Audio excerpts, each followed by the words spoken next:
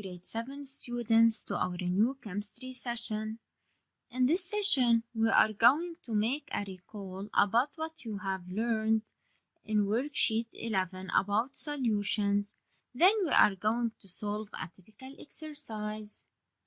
Let's start our lesson by a recall about what you have learned. You have learned that the solution is a homogeneous mixture made up of solvent and solute. The solvent is the substance that dissolves the solute. Example: water, oil, acetone. The solute is the substance dissolved by the solvent. Example: sugar, salt, glycerine. We have also learned that the most concentrated solution is a solution that contains the largest amount of solute dissolved in the same volume of solvent. Or the most concentrated solution is the solution that contains the smallest volume of solvent for the same amount of solute. Let's consider these two different solutions. These two solutions have the same volume, but solution 2 has a darker blue color, which means that it has a greater amount of solute. So we can say that solution 2 is more concentrated than solution 1. In these two solutions, solution 2 has a volume of solvent less than solution 1, and it has a darker blue color, which means that it has a higher concentration. So solution 2 has a higher concentration than solution 1, and it has lower volume in the same quantity of solute. Never forget that the most concentrated solution is the solution that has the highest concentration. The concentration is equal to quantity of solute divided by the volume of solvent.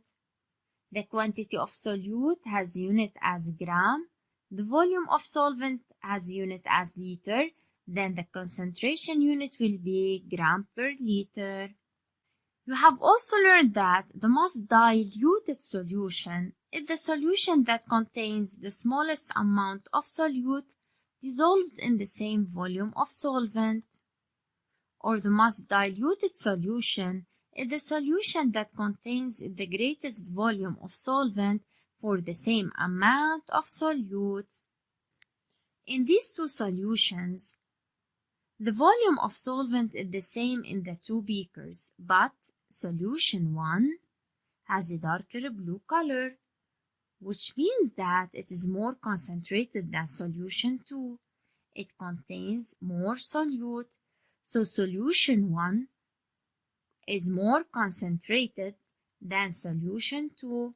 So solution 2 is more diluted than solution 1, or solution 2 is less concentrated than solution 1.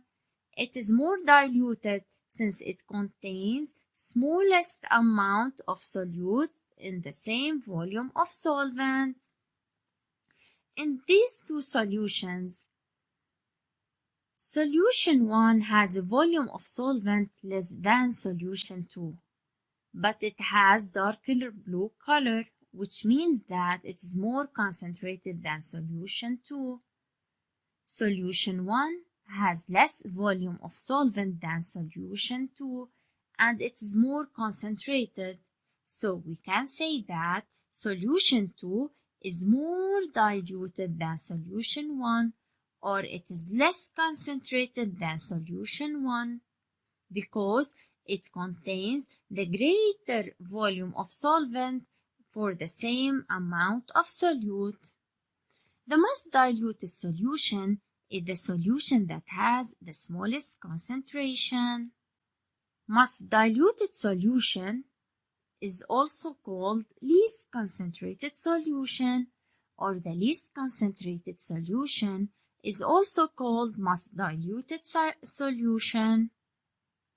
Now, to make a solution more concentrated, we can add supplementary quantity of solute supplementary mean additional quantity, or we can partially evaporate the solvent. The word partially means not completely. Now, to make a solution more diluted, add supplementary quantity of the solvent. Let's start now solving the application. Consider two beakers A and B, where each one contains a specific amount of copper sulfate totally dissolved in 100 milliliter of water. We have beaker A, which contains 100 milliliter of water and X gram of copper sulfate. X gram means that the mass of copper sulfate in solution A is unknown.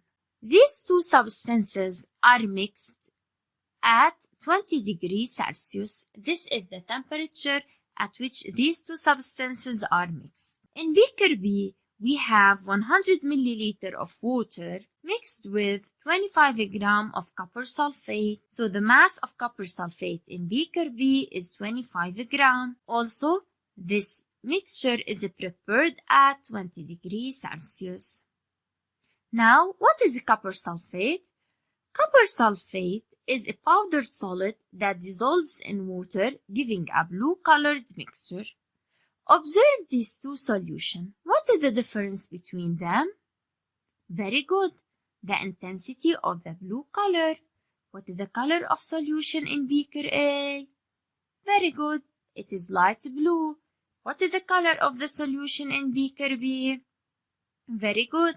It is dark blue. Question 1.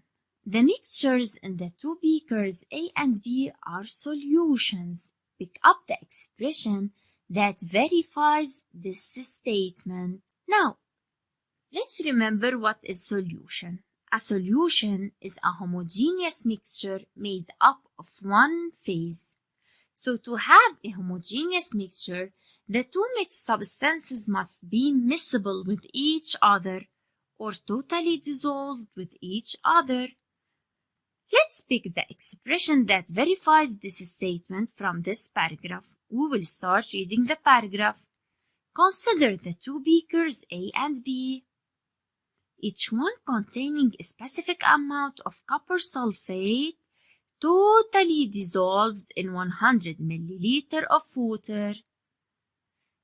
This sentence tells us that copper sulfate was totally dissolved in water, which means that copper sulfate and water form a homogeneous mixture. All homogeneous mixtures are solution, so the expression is copper sulfate is totally dissolved in 100 milliliter of water. So, totally dissolved or miscible or made up of one phase, all these expressions indicate that there is a solution. Question 2. Indicate the solvent and the solute in these two solutions. Remember that the word indicate does not need justify. Let's remember what is solvent and what is the solute. The solute is the dissolved substance. The solvent is the substance that dissolves the solute. Let's refer to the two solutions. Solution A contains 100 milliliter of water and copper sulfate. Solution B contains also water and copper sulfate. Now, which substance is dissolved, copper sulfate or water? Very good. Copper sulfate is the dissolved substance. So, what do we call copper sulfate? Very good. Copper sulfate is called the solute. So, the solute is copper sulfate. Now, what is the solvent? Very good. The solvent is water. Question 3. Identify with justification whether these solutions are aqueous or not. Identify needs justify. Only the words indicate does not need justify. All other words need justify, like identify, specify, determine. All these scientific terms must be justified. Now, we must identify if these solutions are aqueous. Let's remember together. Aqueous solution is a solution whose solvent is water. Now, what is the solvent in these two solutions? Very good, it is water. So can we say that they are aqueous? Very good. These two solutions are aqueous since the solvent is water. Question 4. Indicate in this experiment a controlled variable, the manipulated variable, the responding variable. Let's remember, what does each variable mean? What is the controlled variable? Very good. Controlled variables are the common variable or similar variables that exist in the two setups or the similar conditions between setup A and setup B. What are the common variables that exist in beaker A and beaker B? Very good. We have the solvent, which is water, its volume, which is 100 milliliter, the solute, copper sulfate, also present in solution B. In solution B also the solvent is water, its volume is 100 milliliter, the solute is copper sulfate. Also the temperature is 20 degrees Celsius in beaker A and B, so also the temperature is a controlled variable. We may have more than one controlled variable in an experiment. So the controlled variable may be temperature or volume of water. You can choose one of them. Now, what is the manipulated variable? The manipulated variable is the different variable between setup A and setup B, or it is the different condition. Now, what is the difference between beaker A and beaker B? Very good. It is the mass of copper sulfate. Beaker A contains X gram, while beaker B contains 25 gram. So the manipulated variable is the quantity of copper sulfate, which is the solute. What is the responding variable?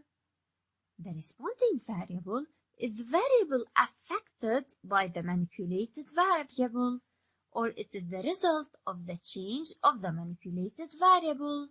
What does the difference of the quantity of copper sulfate between beaker A and beaker B affect? Or to what does it lead to? Very good. It leads to the difference of the intensity of a blue color between solution A and between solution B. Or it affects the intensity of a blue color in the two solutions. So the responding variable is the intensity of color of the solution, or we can say the concentration, since the difference of quantity of copper sulfate also lead to the difference in the concentration. Remember that in an experiment we have only one manipulated variable and only one responding variable. But we can have more than one controlled variable. Part 5a. Compare the intensity of color of solutions inside beaker A and beaker B. Which solution has greater intensity of a blue color? Very good, it is solution B. So we can say that the intensity of color inside beaker A is less than that inside beaker B. By referring to the adjacent figure and histogram, deduce with justification the mass X of copper sulfate dissolved in beaker A. We said at the beginning of this exercise that the mass of copper sulfate in beaker A is unknown. So now, in this part, we are trying to determine the mass of copper sulfate in beaker A. The histogram shows the mass in a gram of copper sulfate in 100 milliliter of water in 4 different solutions. Solution 1, Solution 2, Solution 3, Solution 4. Students, before we start reading this figure, what does this figure represent? Very good, it represents a histogram. Now, let's indicate together the mass of copper sulfate in each solution. What is the mass of copper sulfate in solution 1? Very good, It is 27 gram. What is the mass of copper sulfate in solution 2? Very good. It is 25 gram. What is the mass of copper sulfate in solution 3? Very good. It is 20 gram. What is the mass of copper sulfate in solution 4? Very good. It is 32 gram. Now, to indicate the mass of copper sulfate in solution A, we said that solution A has a light blue color, while solution B has a dark blue color, which means that solution B is more concentrated than solution A. For solution B to be more concentrated than A, this means that it contains greater amount of copper sulfate for the same volume of solvent or less volume of water for the same amount of solute, which is copper sulfate. Now, observe this figure. Do solution A and solution B have the same volume of solvent? Very good. Both solutions have 100 milliliter of water, so they have the same volume of solvent. Which solution has greater quantity of solute? Very good. It is solution B since it is more concentrated. So solution B has greater amount of copper sulfate. Then solution A must contain mass of copper sulfate less than 25 gram. Let's refer to the histogram. Which solution has a mass of copper sulfate less than 25 gram? Very good. It is solution 3.